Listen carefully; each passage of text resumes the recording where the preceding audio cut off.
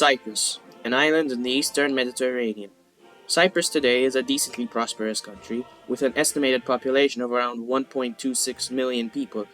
Cyprus also has a rather large GDP per capita, at around $37,000, which for its region is actually rather high, considering its immediate neighbors include Greece, who has a GDP per capita of almost $24,000, Turkey, who has a GDP per capita of almost $13,000, and Syria, who comes in at an all-time low $781.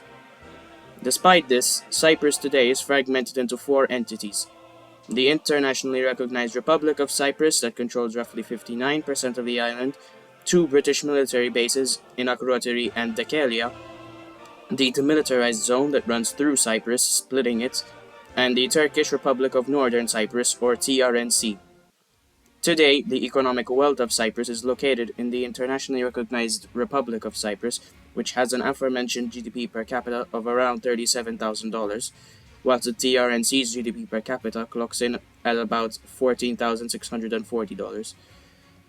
Throughout history, Cyprus was tossed around by several empires, such as the Romans, Byzantines, Venetians, and more. Due to this, the two main ethnicities on the island were the Greek Christians and Turkish Muslims.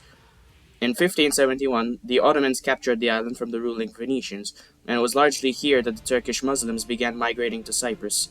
From the 1700s onwards, the Ottoman Empire began declining at an alarming rate. In particular, the Ottomans are beginning to fear the next-door Russian Empire that had been slowly eating away at Ottoman territory and was even funding separatist movements in the Ottomans' Balkan territories. Due to this, the Ottomans decided to seek foreign help.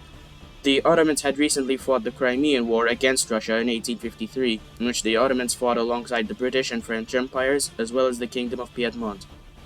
Thanks to the pre-existing sense of friendship between the Ottomans and the British, a deal was struck in 1878, where the Ottomans were to cede control of Cyprus to the British, whilst the British were supposed to protect the Ottomans from the Russian Empire in future.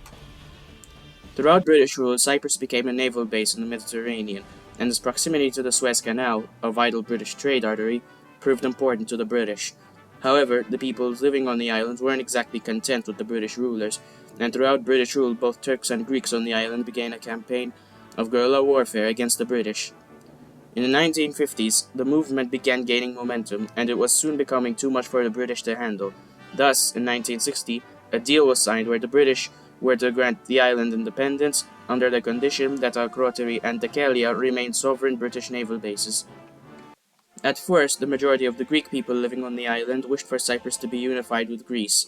This obviously began worrying the Turks living on the island, as they feared they'd become an even larger minority than they already were. Prior to its independence, Britain held some conferences to try and solve this issue before it reached a boiling point. It was agreed that Cyprus wouldn't join Greece, but would become a sovereign, independent republic. The president of the republic being Greek and the vice president being Turk, who are meant to be elected by the Greek and Turkish communities on the island. The Treaty of Guarantee, which was signed later in the same year, also gave Britain, Greece, and Turkey the right to intervene on the island in case that Cyprus's independence was threatened. Whilst the issue appeared settled, this wasn't the case, as throughout the 60s a wave of ethnic violence ensued between the Greek and Turkish peoples on the islands, as Greek and Turkish terror attacks ensued against each other. In 1967, a military junta took place in Greece, and the new Greek government began sponsoring pro-Greek violence in Cyprus. In 1974, a military junta sponsored by the Greek government took place in Cyprus, putting Greek hardliners in power who planned to annex the island into Greece. Naturally, this set off a huge wave of conflict between the Greeks and Turks on the island. This set off alarm bells in Turkey as their kin were under threat. The Turks asked Britain to intervene and restore power to the former Cypriot government. However, the British opted to remain neutral in this, and thanks to that, Turkey sent an ultimatum to the Greek government, demanding they cease funding for the Greek fighters on Cyprus and to not annex the island, which the Greek government refused. Just a few days later, Turkey used their right under the Treaty of Guarantee and landed their forces on the beach of Kyrenia. By this point, most of the international community was sympathetic towards Turkey, as they were protecting their ethnic kin. During the next 4 weeks, Turkey worked on seizing the majority of northern Cyprus and set a firm border on the island for the Greeks and Turks. This is where international condemnation came, as the international community accused Turkey of doing this for the sake of territorial expansion. This caused a lot of chaos on the island as both Greeks and Turks scrambled to their side of the line. Not even the capital, Nicosia, escaped division, as it too was split between a Turkish and Greek half, which today makes both of their capitals. Eventually, a UN-backed demilitarized zone was set up on the island to avoid further conflict. The invasion killed roughly 5,000 people on both sides.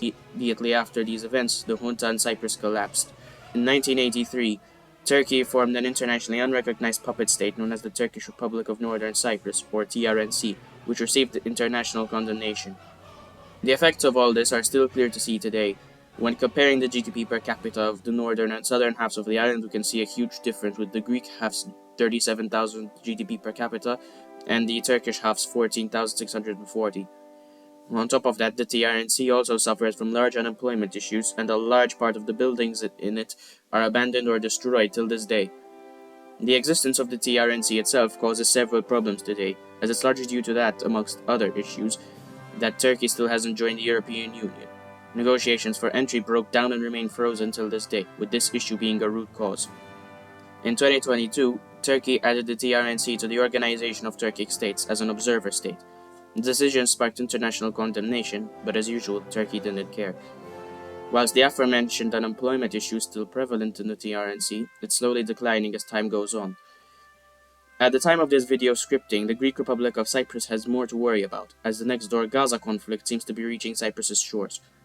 As you know, Cyprus is often great friends with the West, and is also great friends with Israel. Israel and Cyprus regularly hold joint military exercises together. Recently, the Cypriot government made plans to open Cypriot airfields to the Israeli Air Force. However, this was opposed by Hezbollah, an Iranian militia in southern Lebanon, who responded to the Cypriot plans by threatening an attack on Cyprus itself. The Cyprus issue seems fairly unsolvable when using a one-state solution. The island never joined Greece, but still remains divided. Reunifying the island is a bit of an unrealistic dream, based on how things in Turkey are going right now. It's either going to be a two-state solution that finally gets UN approval, or a two-state solution that remains in a state solely under Turkish recognition. Anyways, thanks for watching. Please consider subscribing, as it takes a lot of work to make these videos, so your support would mean the world to me. Have a good one.